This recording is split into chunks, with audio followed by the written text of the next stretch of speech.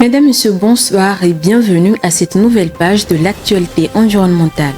Au sommaire, un programme a été lancé par l'association Tunisie Recyclage et la GIZ dont le but de former les jeunes Tunisiens au tri sélectif des déchets.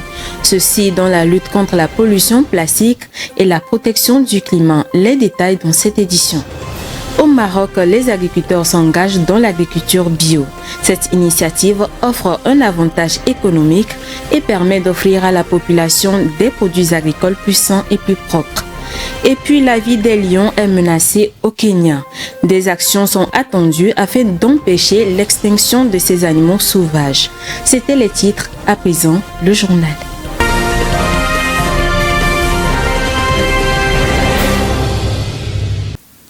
L'association Tunisie Recyclage s'associe à l'Agence allemande de coopération internationale pour le développement GIZ en vue d'outiller les élèves des gouvernorats de Kairoum, Kafsa et Bizerte au tri sélectif des déchets solides.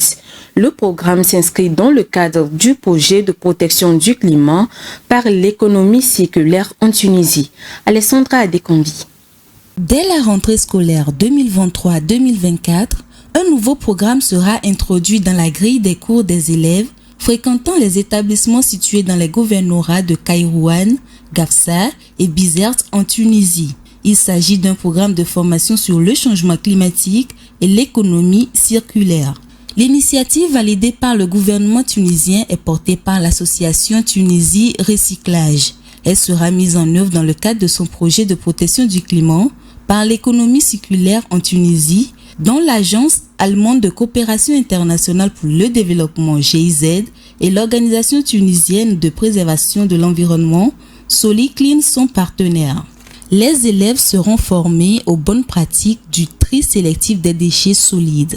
Cette démarche consiste à séparer des déchets à la source selon leur nature afin d'éviter les contacts et les souillures. Ce geste éco-responsable contribue à économiser les ressources naturelles, à éviter le gaspillage et à limiter la pollution. Actuellement, la Tunisie produit 2,6 millions de tonnes de déchets par an. Outre la dégradation de l'environnement, ces élèves se familiariseront avec le phénomène qui résulte dans une certaine mesure de la mauvaise gestion des déchets à l'origine des émissions de méthane.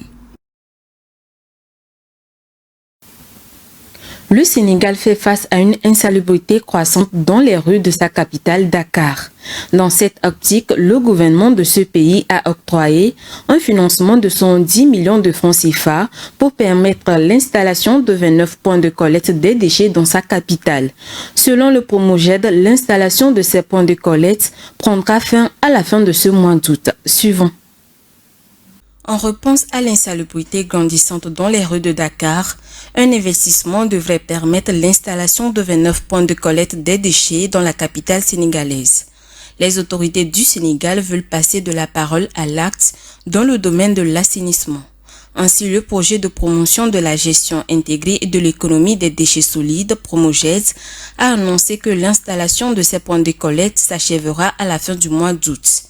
Les sites qui seront aménagés dans plusieurs quartiers en proie à l'insalubrité faciliteront l'acheminement des ordures ménagères vers les centres de traitement choisis. Chaque installation portera un nom qui reflète l'histoire et la réalité de la zone bénéficiaire et va générer 3 emplois surtout pour les jeunes de ce pays. Selon le directeur du Promoged, Ibrahima Diagne, 34 autres points de collecte seront livrés dès septembre 2023 afin d'atteindre les 63 sites pour cette première phase du projet. Le Sénégal génère quotidiennement 7000 tonnes de déchets selon les chiffres officiels. Ces infrastructures de proximité ont donc pour but d'inciter les populations à l'adoption de meilleures pratiques de gestion des déchets puisque les résidus alimentaires qui sont jetés dans la nature finissent par polluer leur cadre de vie. Au Togo, les jeunes s'engagent de plus en plus dans la lutte contre le réchauffement climatique.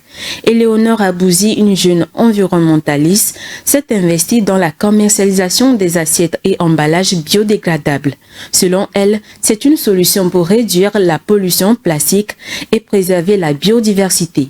Le reportage est signé Alessandra Adekombi. Privilégier l'usage des emballages en papier sauverait le monde des effets néfastes du changement climatique. Éléonore Abouzi, jeune environnementaliste togolaise, a opté pour la commercialisation des kits packaging, des bols, des gobelets et des emballages en papier qui n'ont pas d'impact négatif sur la santé humaine et sur l'environnement. Je suis environnementaliste de formation et les questions de santé publique, santé écologique sont des questions qui me tiennent vraiment à cœur. De par mon background éducationnel, en plus de mon éducation académique, j'ai compris que l'environnement présentait des enjeux. Nous savons que le sachet plastique peine à dégrader dans l'environnement. Selon les données de l'OMS et de plein de sources, le sachet plastique peut durer jusqu'à 400 ans. Et ce qui est mauvais, c'est que non seulement ça ne se dégrade pas, mais ça entre dans la chaîne alimentaire. Un sachet plastique qui va se retrouver dans la mer sera ingéré par les animaux qui sont présents dans la mer. Et quand l'humain ira pêcher ce poisson-là qui aura ingéré, en gros, ça va se transmettre dans les différentes parties prenantes de la chaîne alimentaire. Ce qui est dangereux pour la santé déjà, mais en plus pour l'environnement parce que si on prend le Togo, les sachets plastiques qui se retrouvent à décharge à ciel ouvert bouchent les caniveaux, donc ça crée des problèmes d'inondation aussi. La raison d'être de Keep Packaging, c'est de remplacer les sachets plastiques dans l'alimentation des Togolais. Donc nous commercialisons des emballages en craft de différents modèles qui sont plus sains et plus respectueux de l'environnement. Sains pour la santé parce qu'ils limitent les transmissions qui vont des emballages au repas, et sain pour l'environnement parce que le papier craft se dégrade très rapidement dans l'environnement. Donc nous avons différents modèles, des bols ronds, des bols rectangulaires, comme vous avez pu le voir. Et ces bols peuvent contenir tout type d'aliments. L'étanchéité varie d'un modèle à un autre, mais globalement, c'est des emballages qui peuvent porter des aliments à emporter de tout type, liquide ou solide et chaud ou froid. Certains groupes de restaurants soucieux des questions environnementales luttent contre la pollution plastique et préservent également la santé de leurs clients en choisissant de les servir dans les assiettes biodégradables. Nous faisons partie d'un groupe de plusieurs restaurants, le Blue Turtle, le Bamboo Sushi, la Route des Vins où vous êtes aujourd'hui et le Coffee Shop. Et nous avons à cœur, à part de faire cette activité de restauration, de contribuer à la protection de l'environnement. Il y a une fondation Blue Turtle qui fait beaucoup d'événements et beaucoup d'actions qui vont dans la protection de la faune marine. Aujourd'hui, c'est l'utilisation de plastique non dégradable à usage unique. Donc, c'est pour ça que, principalement, nous avons choisi de passer à l'utilisation de ces contenants en papier. Nous sommes tous plus ou moins concernés par l'impact de la dégradation de l'environnement. Pas plus tard qu'il y a une semaine, tout le monde a vu l'inondation qu'il y a dans l'Aubé. Nos clients aussi sont sensibles et ils veulent vraiment nous accompagner dans cette démarche-là. Je peux dire que depuis que nous sommes passés à ces contenants, nous n'avons eu que des retours positifs. Nous sommes très contents de ces contenants-là. Nous en avons eu en plusieurs formats, en plusieurs formes et ils sont faciles à utiliser, ils sont jolis à voir. Nous n'avons que des avantages à les utiliser. Je ne peux que exhorter tout le monde à essayer déjà et à adopter ensuite l'utilisation de ces contenants en papier. Ils verront. Nous, on a fait le test et on a été convaincus. Essayez et adoptez l'utilisation des packages et des contenants en papier. Les kits packaging sont accessibles à toutes les couches de la population et à coût abordable. La population togolaise devrait y adhérer pour ensemble lutter contre la pollution plastique, le changement climatique et préserver la biodiversité. Au Maroc, un nombre croissant d'agriculteurs adoptent des méthodes biologiques dans la production de leurs produits agricoles. Ce passage de l'agriculture conventionnelle à l'agriculture biologique est salué car celle-ci offre aux consommateurs des produits plus sains et plus propres. Plus de précisions dans le commentaire qui suit. Les agriculteurs marocains s'investissent de plus en plus dans l'agriculture bio. À Darboisa, à 20 km de Casablanca, Fatouma Dieriari, une ancienne sociologue, produit du maïs et des bananes dans sa ferme. Elle utilise du compost organique fait à base de foin et de bouse de vache, des graines de légumes et des fruits pour les replanter. Avec sa ferme et ses connaissances, elle aide d'autres agriculteurs à passer de l'agriculture conventionnelle à l'agriculture biologique. L'agriculture, c'est les petits paysans qui ont moins de 5 hectares. Donc ça veut dire qu'en fait, on peut beaucoup les accompagner pour aller développer cette agriculture. Il y a du monde pour le faire. Il y a déjà des savoir-faire sur place qu'il faut simplement réajuster, remettre à jour et corriger s'il le faut pour faire de l'agriculture durable. Certains agriculteurs aident leurs confrères à faire la transition. Des agriculteurs comme Abdel Lalali cultivent des aubergines avec des méthodes bio. J'ai choisi l'agriculture biologique pour plusieurs raisons, dont celle d'offrir aux consommateurs un produit propre. Et je n'utilise plus de produits chimiques et d'engrais. C'est pourquoi je préfère l'agriculture biologique. La transition prend 3 à 4 ans avant que les premiers produits puissent être qualifiés de biologiques. On va collecter du déchet, on le donne à manger à nos insectes, on transforme les digestats de ces insectes en fertilisants et nous transformons l'insecte en protéines qui pourra être utilisée pour la nourriture des animaux et le fertilisant qui va être utilisé soit pour de l'agriculture bio, soit pour l'agriculture conventionnelle.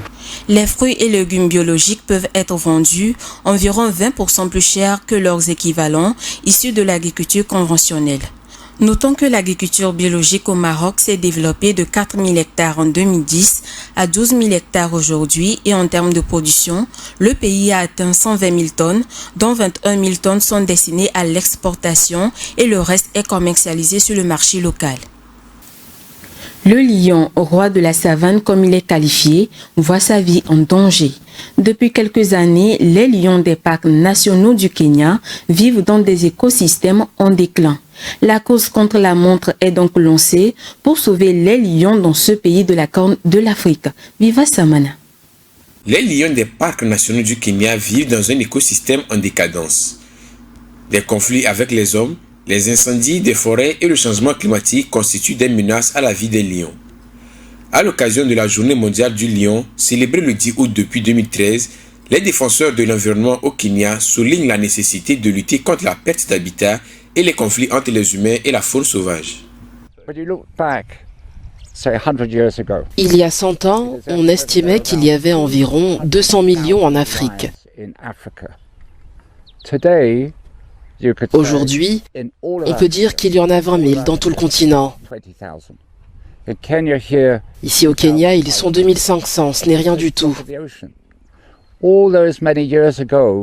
Pendant toutes ces années, l'habitat de ces animaux a diminué.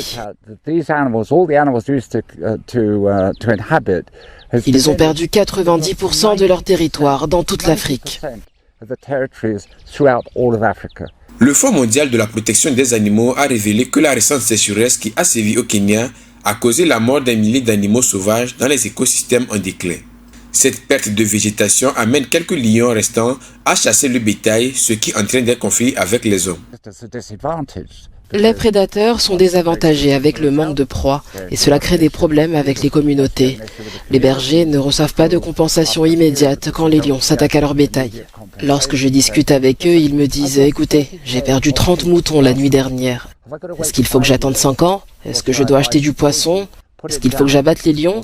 Ou dois-je rassembler la communauté locale pour qu'on s'occupe du problème ?»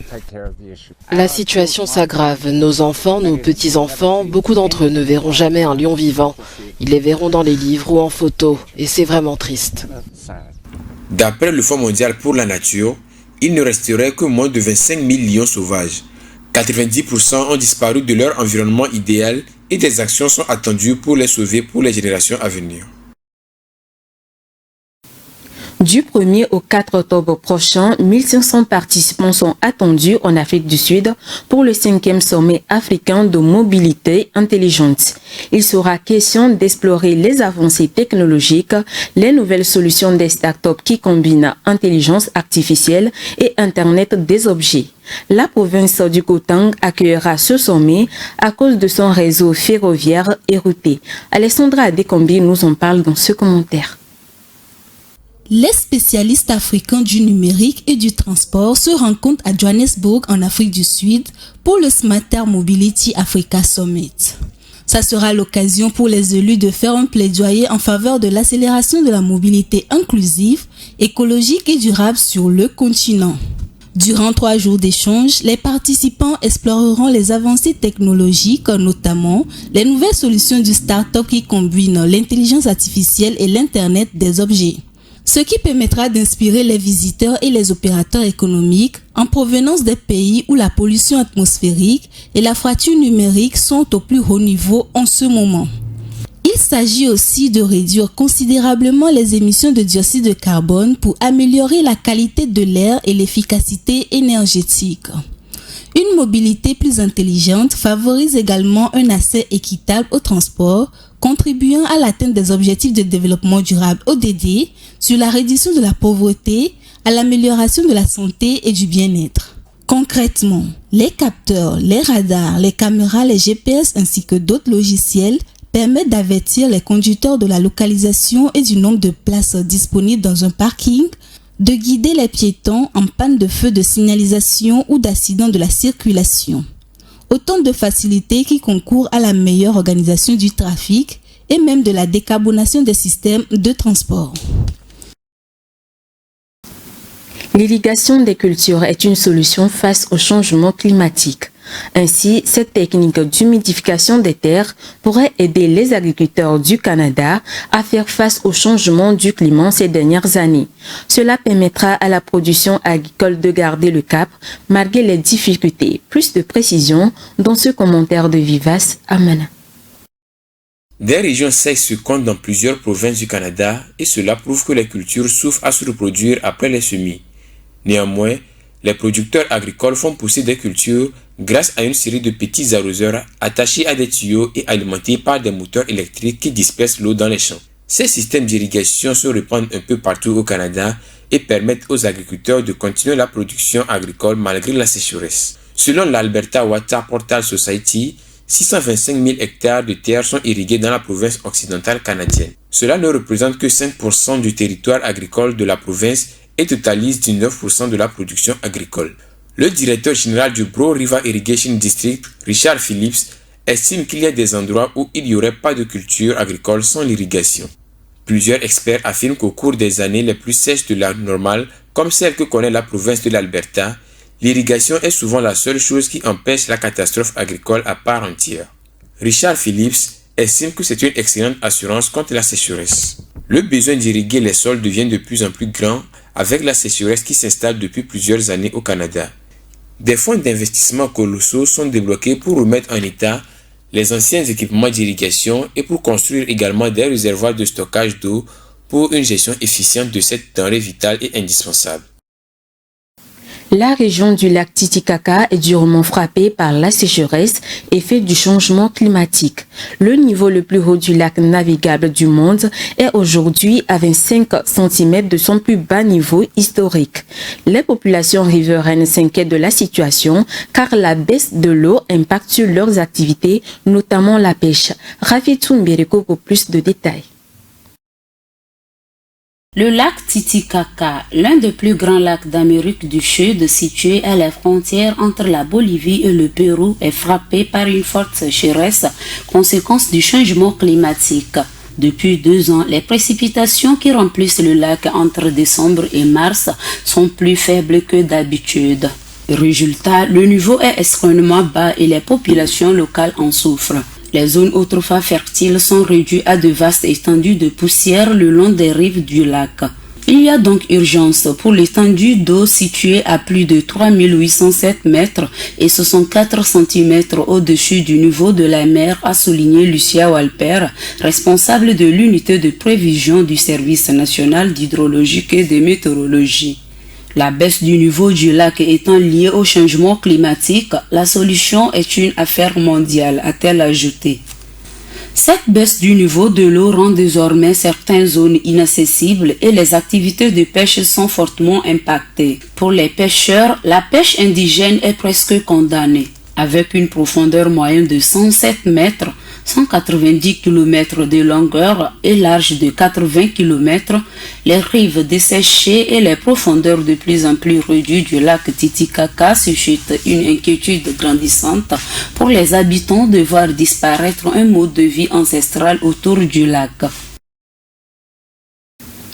Ainsi se referme cette page de l'actualité environnementale. Merci de l'avoir suivi. Bonne suite de nos programmes. Excellent week-end à vous et surtout, prenez soin de vous.